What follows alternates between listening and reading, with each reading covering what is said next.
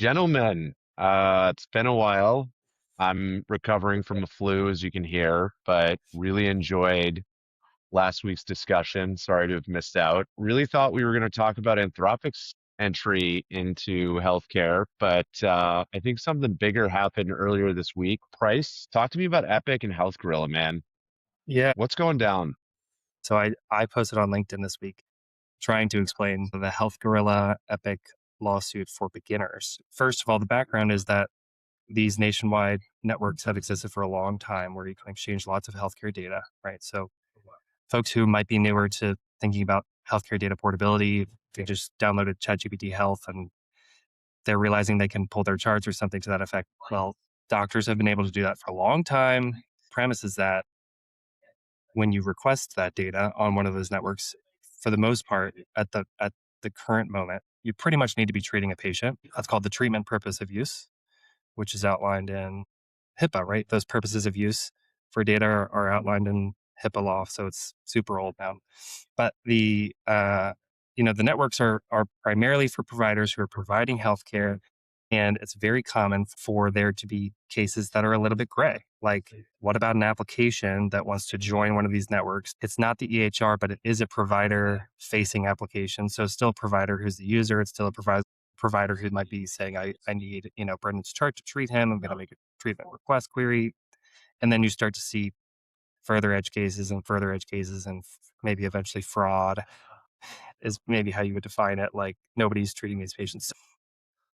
Maybe I jumped in too fast to what's actually happening here, but the idea is that these nationwide networks exist pretty much for physicians to query each other for clinical data, and it's common for non-physicians to try to figure out how to get onto the network. Not really so that they can query for charts and sell them on the black market, but more like, benign things like, I'm kind of doing treatment, but it's really more like care management and analytics on, the data quality, or sorry, the clinical quality of my patients or something to that effect. So, Brandon, what were the current cases that we actually saw called out of? There was one that was Segretort, right? And then there were one or two more. Do you want to lay those out?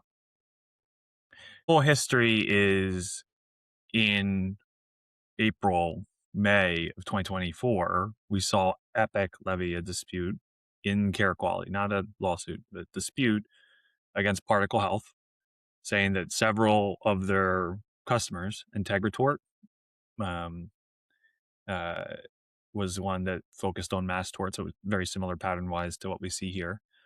Um, Revelier focused on sort of payer and data exchange and things like that alongside providers, um, and a few others. And so that progressed as a dispute. And then eventually, given some of the lack of resolution there, other grievances by Particle, they decided to levy antitrust claims and other claims against Epic in the Particle v. Epic lawsuit in September of that year. And that's progressed. We're seeing other battlefields emerge in the data wars, or we want to call this. And that's a fun name for the podcast, who knows? But those are more focused on business associate applications connecting to EHRs and on behalf of providers and being blocked from doing so. That's the general theme of that bucket. This bucket, which was a bucket of one really until now, is about these networks that facilitate a particular type of access being used in more creative ways. And the boundaries of that creativity, the gray zone, if you want to call it that, are where the disputes happen. What's being alleged here is a tactical strike by Epic. They're not going after the gray zone area use cases.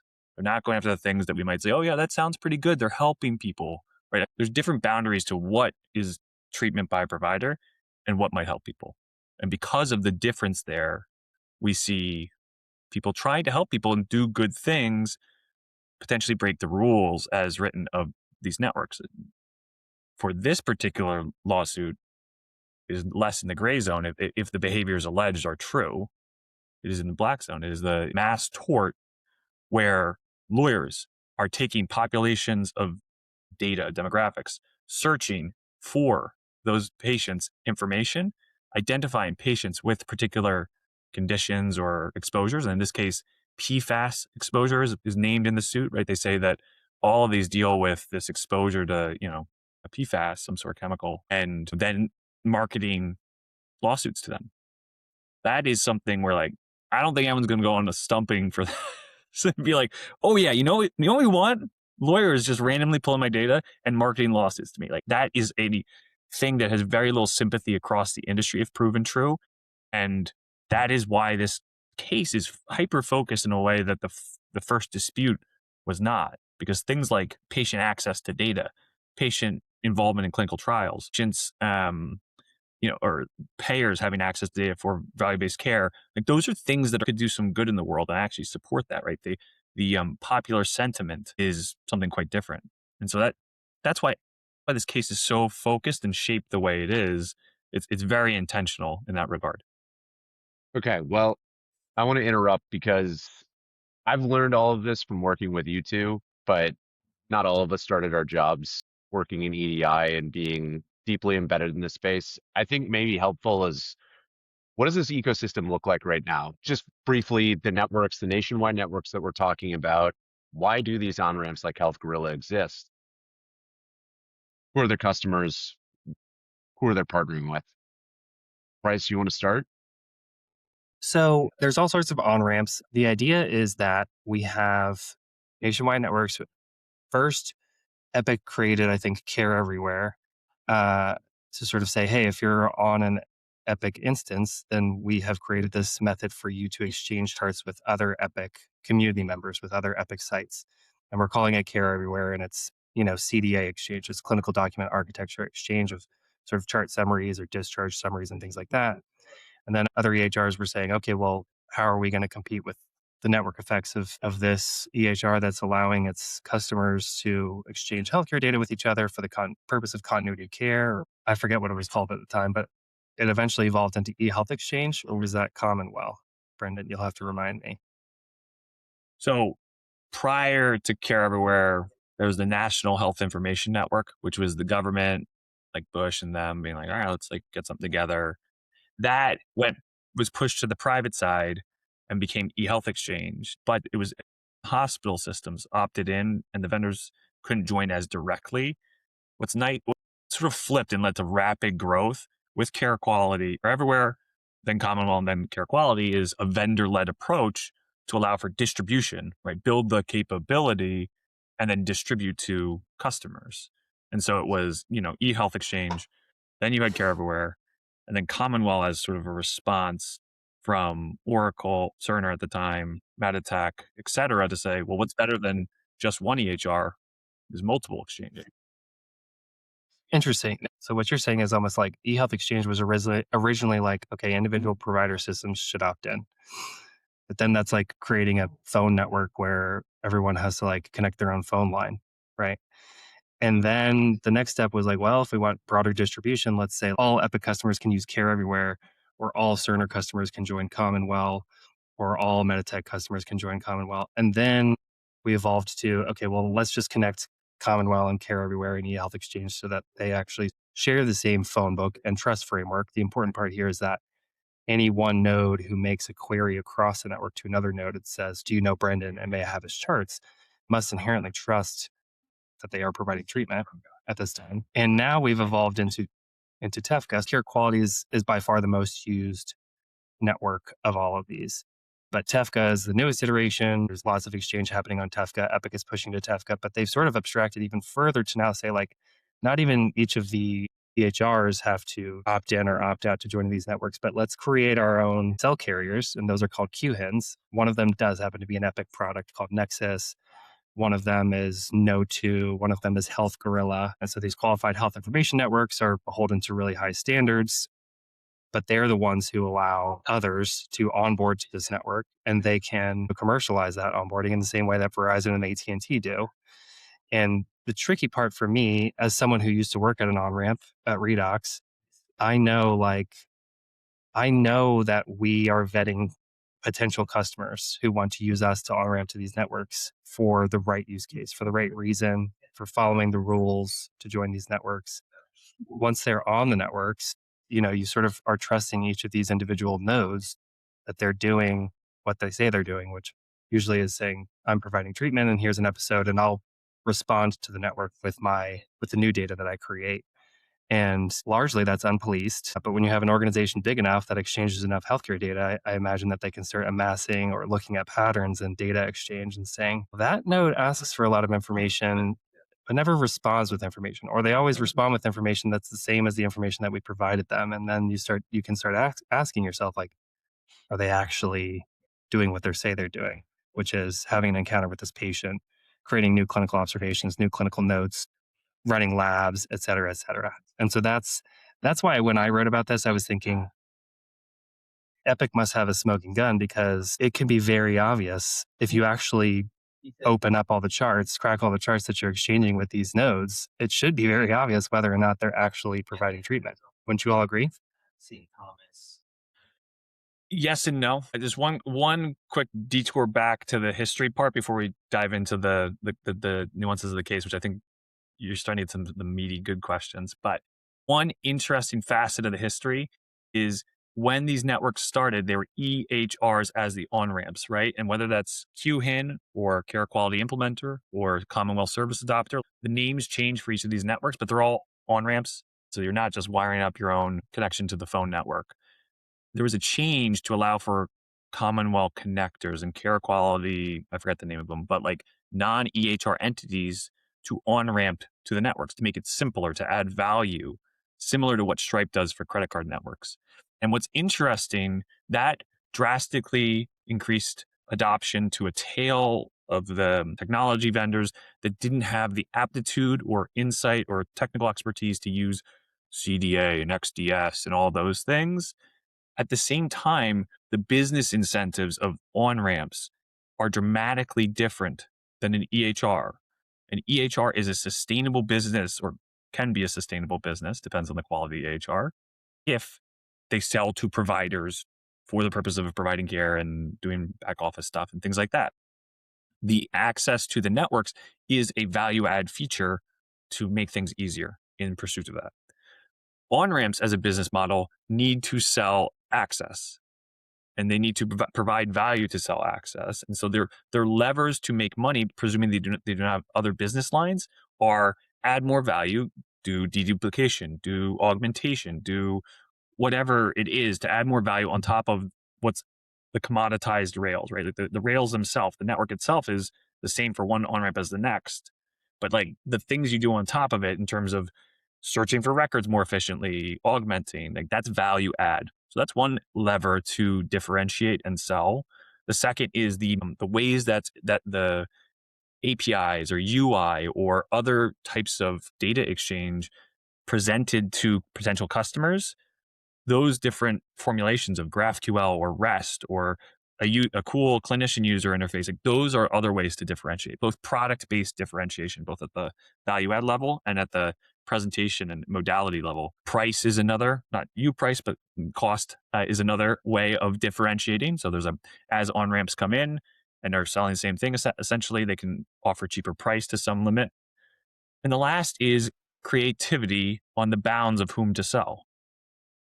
And that is one of the pressures we see, that on-ramps in this race to compete with one another continually look over at one another and say, wait, that other on-ramp seems to be selling to this use case, servicing employers or with providers who are AI agents. And there's this erosion of, as they try to compete, to say, well, they're allowed to sell, I should be allowed to sell. And some of it, no one's selling to that group. And it just becomes a slippery slope that we proceed down in terms of the competitive nature, that being one angle and aspect pushing us toward this outcome, because the businesses want to survive. And so you look at the available levers and pull them. There's no right or wrong morality to that. It is just how capitalism works.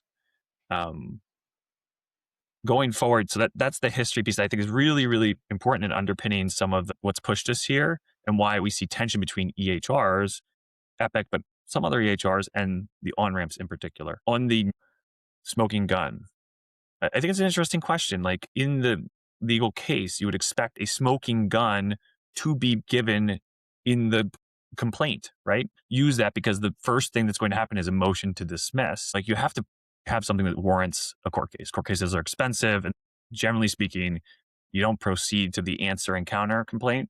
you get a motion to dismiss or some other motions for jurisdiction, things like that. So you would expect that here. And if you have indisputable evidence, sometimes you save it, but like a lot of times you want to get through to the next stage. What do they have in there is important to examine. They have traffic patterns. There's these spikes and things like that. Is that proof? No. But is it indicative of something? Maybe. There's some compelling stuff. They have perspective on like a twisted web of relationships between parties and counterparties that they believe to be alleged fraud, right? That is the claim in there. And then they have some detail, but not a ton of detail about the data returned. They basically just say, yeah, the data returned is not that great. The data returned has this PFAS stuff listed in it. Make no mistake, they're trying to get to discovery, to get the actual smoking gun, to say, hey, to the world that, hey, we're not insane. Because that is the goal of this lawsuit, more so than anything. Epic trying to have a strong, indisputable proof point of true abuse that very few people are going to support, so they can hold it up to the world and say, look, we're not crazy. They need to get to discovery to be able to pull the things to get to that outcome. So they have enough of a smoking gun they think to do a lawsuit, but do they have enough to get to discovery? TBD. Okay. So at one point in history, the EHRs were the only ones sitting on the oil well, right? Like they have the resources. And what I mean by resources in this case is the supply of clinical data. And really, the EHRs exist not to mine clinical data and make money from it, but to allow clinicians to document it and to be paid and things like that. It just so happens that it becomes a very valuable asset. And then it is somewhat advantageous to EHRs to say, I'm going to protect this asset in any way I can. The government has forced them to be able to, to share it, especially between providers or for patients who are asking for their data.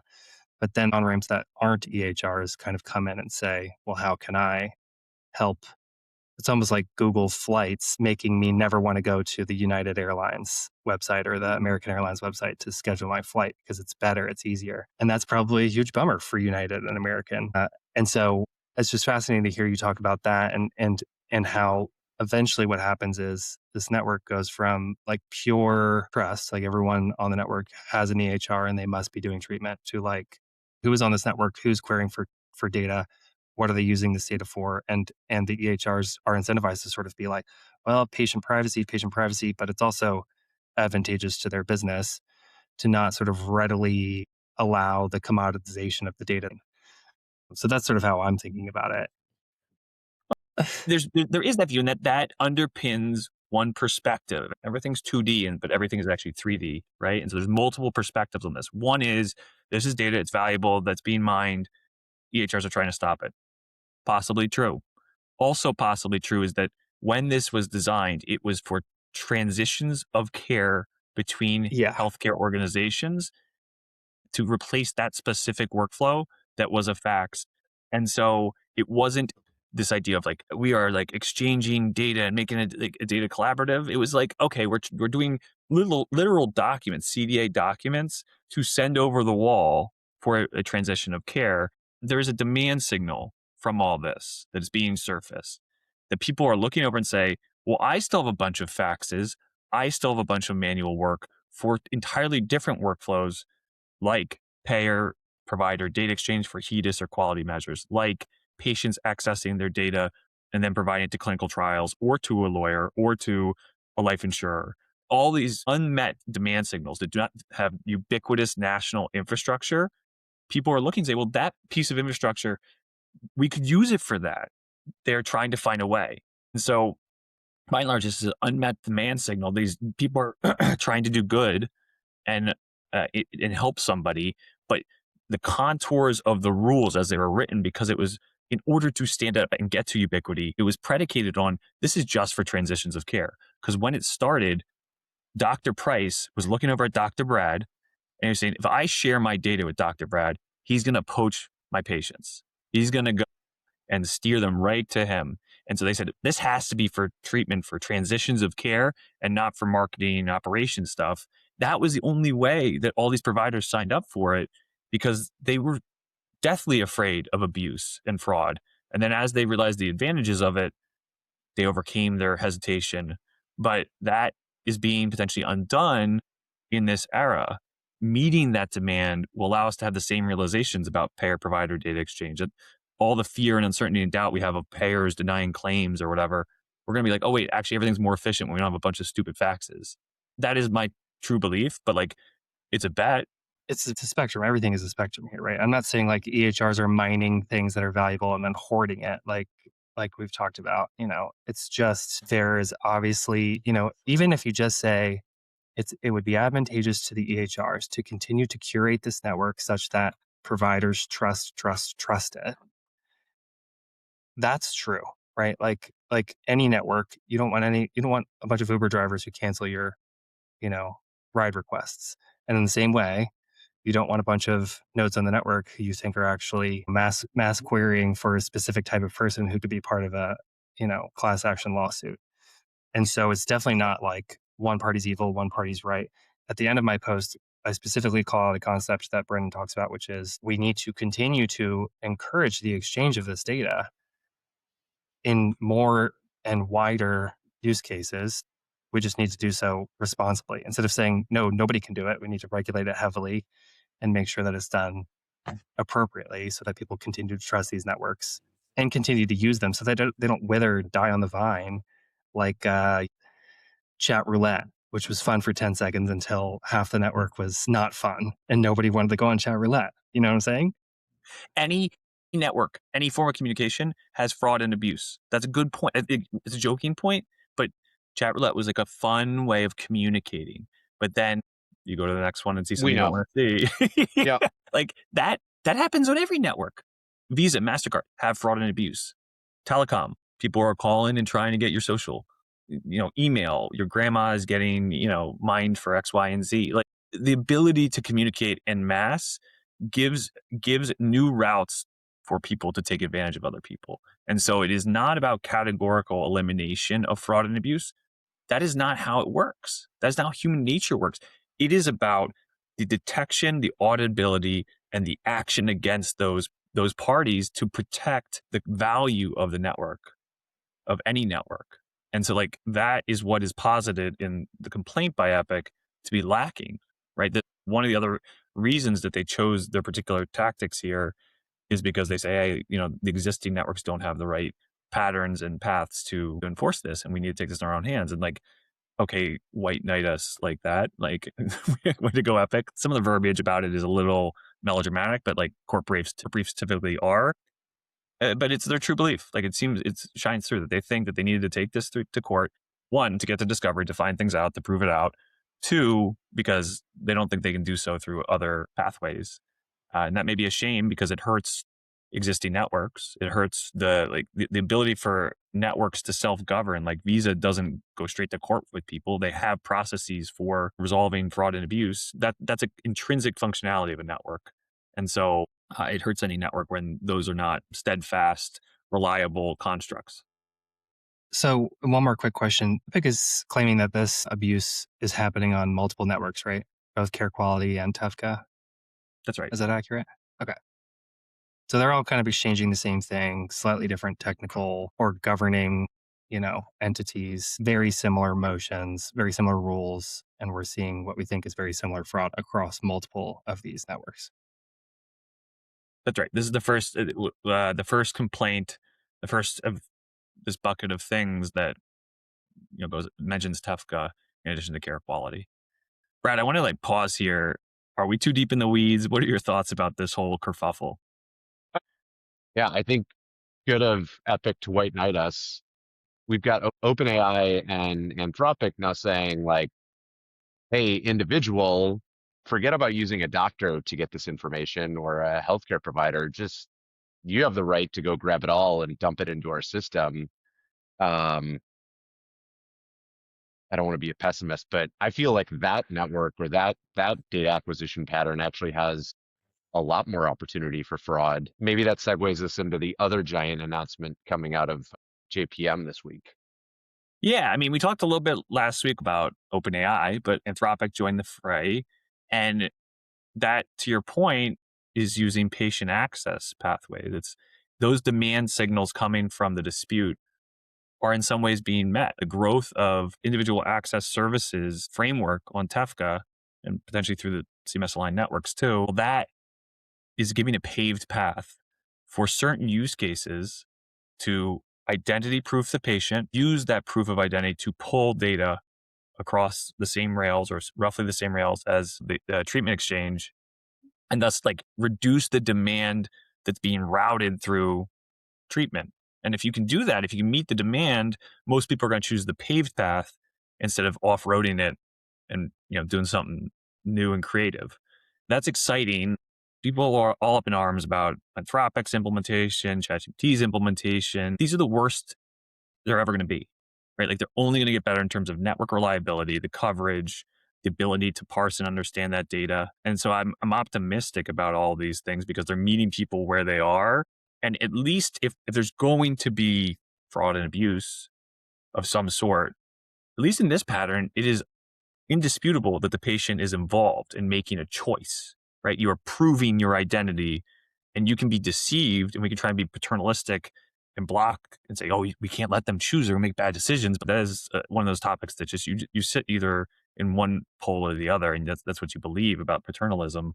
My general thought is, if we know this sort of stuff is going to happen, we might as well make it indisputable that when Price's data is pulled, that it's Price who's saying it should be pulled. And if that had happened in this situation, in the court case with Health Gorilla and their customers, it would be not in that dark, eerie, scary zone, but more in the gray zone of like, okay, but the patient wants this and wanted this. Then you were talking again about the contours of treatment versus the contours of, are we helping people? And that will always be an area of the Venn diagram that people will debate.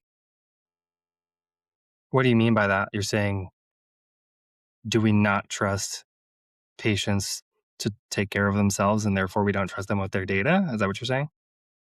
I'm saying so long as we're litigating the boundaries of treatment, that circle of what is treatment is smaller than what are the things that could be done good in the world with health data, right? Oh, what's happening is that circle is like a pressure cooker right now with everyone trying to jam not really treatment into, I need this data for treatment. 100%. That's it. That is the catalyst. That is the driver. That is the reason for all this to happen, is because there are good things to be done with easier access to healthcare data that the current networks do not facilitate. And until they do in a paved pathway, like we're just going to keep quibbling over what is treatment because people are going to keep, either through ignorance or malice, they're going to say, well, this network could do a lot of good if it was used for individual access, if it was used for operations, if it was used for payment. And they're not wrong. But the difference between what is written into the rules about something and where we need to go, that's period, full stop. I'm trying to remember this too. Who solves for those problems? In care quality, it would be the recognized coordinating entity that pushes new like standard operating procedures out into their network and their network participants. But then everyone has to be on board with them, right? So it's the RCE who's in charge of that, which is the Sequoia project. There's no one in charge. Like it is a collaboration. It is the government. The government in the US is not able, the federal government is not able to go at very often and be like, you got to go do this. Even the certification program, right, is voluntary with like the tie-ins to CMS. It is not, thou shalt everyone in the country go do this. Like we because of federalism, have very convoluted levers to get things done, especially in health technology regulation. And so ASTP is lightly given a mandate via voluntary network, via the Cures Act, to say, in the Cures Act, it says ASTP has to go and make this voluntary nationwide network voluntary. It doesn't give them authority in terms of incentives or anything like that. The CMS is taking the CMS health tech ecosystem approach of just sort of creating a voluntary pledge and things like that. But like they're not telling, because they don't, until they have authority from Congress, they can't tell people what to do. And so they can incentivize and encourage the collaborations necessary. They can try and shift through the statutory authorities they have the equilibrium to overcome natural incentive structures of capitalism, and the inabilities of competitors to work together collaboratively. And so creating the right incentive structures, allowing people to understand and work together with one another despite differences. That's really hard. Building a network of any kind is really hard, even for a small geography, let alone for something as varied and disparate as the United States of America. And we're trying to do that not once, because we've done it once for treatment, we're trying to do it again for individual access, again for operations, again for payment. And to do that over and over is not one job to be done. It is separate stakeholders, separate incentives, a separate set of competitive solutions in terms of existing networks and pseudo networks. And so the job is really hard. It's really hard to convince Yeah. people to collaborate. So, and that's what I'm hearing is like, at its core, you have these trust networks where you say everyone on this network has to trust each other and you have to follow the rules. But everyone on that network, and again, this is pessimistic or cynical, but it's true that they might be competitive with each other. And then you tell them that it's all sort of voluntary. And it's like, of course, you're getting not only sort of disagreements in the actual operation of these networks, but then disagreements in the regulation of these networks, like what the next rule should be. And then you get a whole new network made because you're like, okay, we'll start over and everyone try with Tefka and we'll have the QNs be in charge of this. That's the frustration that I'm starting to realize. And in the last 3 years, I feel like I've gotten to the point in my career where I see policy and I see bigger economic impacts and I see capitalistic organisms moving around. And I'm like, they're swimming upstream. And it's frustrating, but that's why we have the ASTP. That's why we have the RCE. That's why we talk about people need to start getting used to these new use cases because they are going to be good, especially if they're done responsibly, if they're implemented responsibly. And IAS, I think, is actually one of those. I should say IAS is individual access services. So we've been talking about providers using their electronic health records basically to query other providers for charts. And then we jumped over to also one of the things that these networks support is like Brad having Be Well on his phone, having OpenAI on his phone, or Brendan having, Fasten on his phone and being able to reach out to the network and say, I am this patient, give me my data.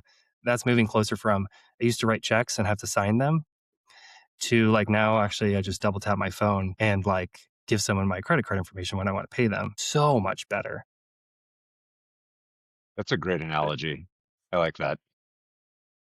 It does seem like IAS is this apart from treatment and providers exchanging data, like IAS to me, the next obvious, like this is golden. Everybody should want to be able to access their data. And it's just really hard to create the rails on which people can do this in a trusted manner. So I don't know if that leads into I just want to say, like, creating the rails isn't the hard part. Actually, the hard part is these implementation guides for individual access have existed for a long time in these networks and seen little adoption because the economic incentive isn't there, right? Like, it's hard to see the benefit as a health system or whatever when you weigh it against the risk, right? With a HIPAA risk of like, what if it's an accidental disclosure and I have a breach? When a breach happens, it's not just the fines that come from the government. You get all these people in like Texas and Florida that like are like, oh wait, I can do some lawsuits. Oracle had a breach kind of quietly last spring, right around HIMSS, and huge class action lawsuit. There's new people joining every day. Like, I didn't receive timely notification. Now I've found my data on the dark web. When this happens for a health system or a provider or a tech vendor, like you're in for a world of ongoing hurt. Well, if there's not upside to this in terms of financial upside, and there's huge financial downside and risk because of HIPAA and the security rule and things like that, then why am I prioritizing this of the many other things that I could do versus payer provider data exchange or whatever, or just like internal operations? So like that is the underpinning reason that they haven't jumped on board with this. But with the demand signal of the particle and epic kerfuffle, that incentivized people to go, oh wait, no, we got to figure this out, because if we don't have a path here that's safe, people are going to off-road it, and that path is going to be really unsafe. That's what's prevented it. It's not that it's new or novel, or even building the rails are particularly hard. Incentive structures matter there. And so the yeah. demand signal plus some of the government saying, actually, we're not going to really chase you down for a breach if something happens here lightly. They haven't really promised that, but in the CMS health tech ecosystem, they said something akin to that is enough to start to move the ball forward here. The reasoning behind certain parties being actively against or for these things is all economic, it's all capitalistic with my pessimism. When you lay it out like that, very simply and plainly, you're kind of like, that's just an object in motion tends to stay not in motion. Why would they develop this until someone pushes them to do so? Or there's financial incentive. Like, If you think about any time your reason for something is moral in nature. So, like, for instance, EVs for years saw limited adoption. Why did electric vehicles see limited adoption? It's because the incentive structures weren't there when it was a moral choice, when they did not perform at a comparable level at the same price point as traditional vehicles. And so when the incentive structures changed by virtue of Tesla and other private companies, and the government also being like, all right, you get some money, right? You change the incentive structures, and suddenly a moral choice becomes an economic choice, and you see far greater adoption. But the percentage of the population that operate in the face of economic decisions choose morality is unfortunately a subset of the overall population. Right. So we all got to go back to the part of our job that pays us. But I think we're talking about networks broadly here. Let's talk about a private network, something that popped up in our internal Slack that fun topic of conversation to close us out. Availity and a bridge had a really exciting announcement. As a patient, I would be very excited about not having to wait weeks for prior authorizations to be done. Who wants to tell us about what Availity and a bridge do and why it made sense for them to announce a partnership to get rid of the headaches of prior authorizations at point of care? but The backlog this week's been insane. It's on my list, but the hits keep coming. So, Availity, one of the largest clearinghouses for all the administrative transactions of healthcare in the country. So, with the Change Healthcare cyber attack, Availity is now largely considered by most to be the preeminent clearinghouse. Waystar, Change, and Availity are the big three, if you will, for traditional claims and eligibility and those sorts of transactions. So they're out there. They're a network that's been there for ages for these administrative transactions. Bridge, the well-known ambient scribe, one of the leading LLM products in healthcare. It's like them and Open Evidence as the two poster children. They are the ones who have been burnt by Epic and things like that historically. They partnered with Availity for the purposes of prior authorization. And so what have they done here previously? Well, the ambient scribe workflow started with, I am talking to Price. I'm the doctor. I'm saying, yo, Price, how's it going? I do my whole conversation. I'm not typing in my keyboard anymore. And it surfaces back via LLMs the note and says, here's the note. Is this right? You edit some things and you save it. That is the most basic piece of what a scribe can do. And scribes are evolving to be ambient co-pilots that for every keystroke that a provider needs to do, if you can generate and do that for them, or at least save them some of that work, it is real ROI. That is really valuable for happiness and all these things. And so what are the other keystrokes? Well, typing in orders. Well, many are working on that. Putting diagnoses and other discrete information in. Well, many are working on that. Coding, the encounter for proper reimbursement.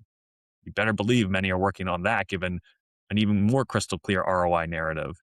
And now we see another job to be done is providers have to do a lot of work on prior authorization, the approval of procedures and medications when they're financially, expensive, and when they, might not be the right course of care. It's debatable. Like, we don't need to go down what prior authorization is and the two sides of it, but it is work. It is administrative burden. And hypothetically, a co-pilot can use the ambient conversation and clinical decision support and the documentation templates that are required by different payers to pre-fill that out and save a bunch of keystrokes and work. And so a bridge did this with Highmark, one payer, to prove things out. Hypothetically, they did that very well, and they proved out and said there's real ROI. We did this well enough. And they said, well, shit, there's a lot of payers in the country. How do we scale this puppy up? And they chose a leading administrative network to facilitate that. So it's not surprising. They're two great partners, even if the name sounds good, Bridge and Availity. Like, how cool is that as a pairing? And you can imagine that other scribes are pursuing this, like, are going to want to do this. But there's a lot of other jobs to be done of surfacing clinical trials, of inserting care gaps and clinical decision support, the convergence of all the ambient co-pilot jobs to be done. This is just another manifestation of that. So I haven't written about this, but I have written about that convergence that we're seeing across every keystroke is up for grabs for co-pilots. And very logically, we're going to see all those jobs to be done converge into single platforms. One of the most interesting parts about this is that many of the jobs that those ambients are trying to do they're reliant on one source of data. So they go and they integrate with the EHR.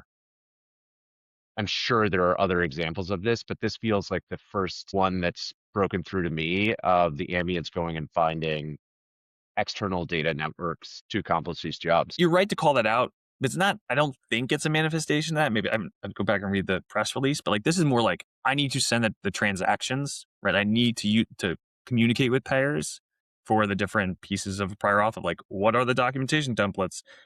Let me just send all the documentation and the prior auth information to the payer. That's probably in bounds and like using it for surfacing and pulling other information. You're right to call that out. There are scribes that are doing health information exchange. They're pulling in the longitudinal record in addition to EHR data, ambient data, HIE data. Maybe in the future we get visual data. Like the inputs are one competitive surface for this product type. The jobs to be done are another competitive surface. And then, of course, there's the user interface and the modalities that they express through that could be very infrastructural, like we see with how Epic is approaching it now with you can have these different scribes on the back end, but the front end is art. They've reduced the scribe in their ideal workflow to a back end infrastructural capability, or it can be very user interface and like you're pulling the provider totally away from the EHR to a net new experience, which is where most of the VC upside is in that potential future.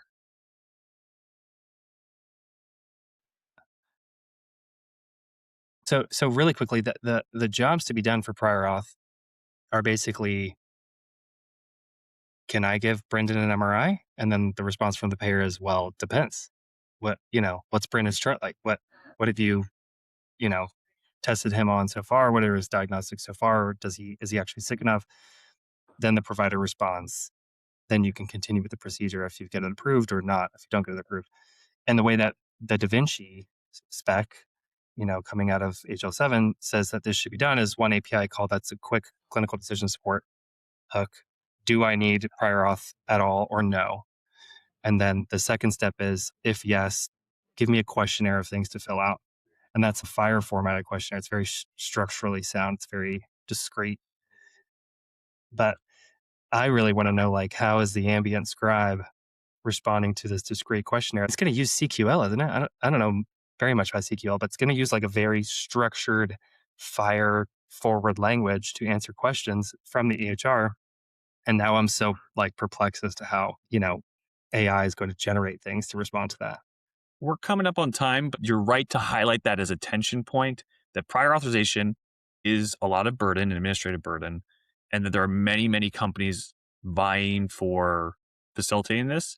There are technical standards on the payer and provider side that are being implemented to facilitate this, but they're hardly the only way to do this. And we're going to see people using portals and phone lines and all these different things, many different routes people are pursuing in terms of solving the prior auth problem. We should, at a future episode, dig into the details there and talk about those different parallel paths, if the audience is interested in that line of pursuit and inquiry.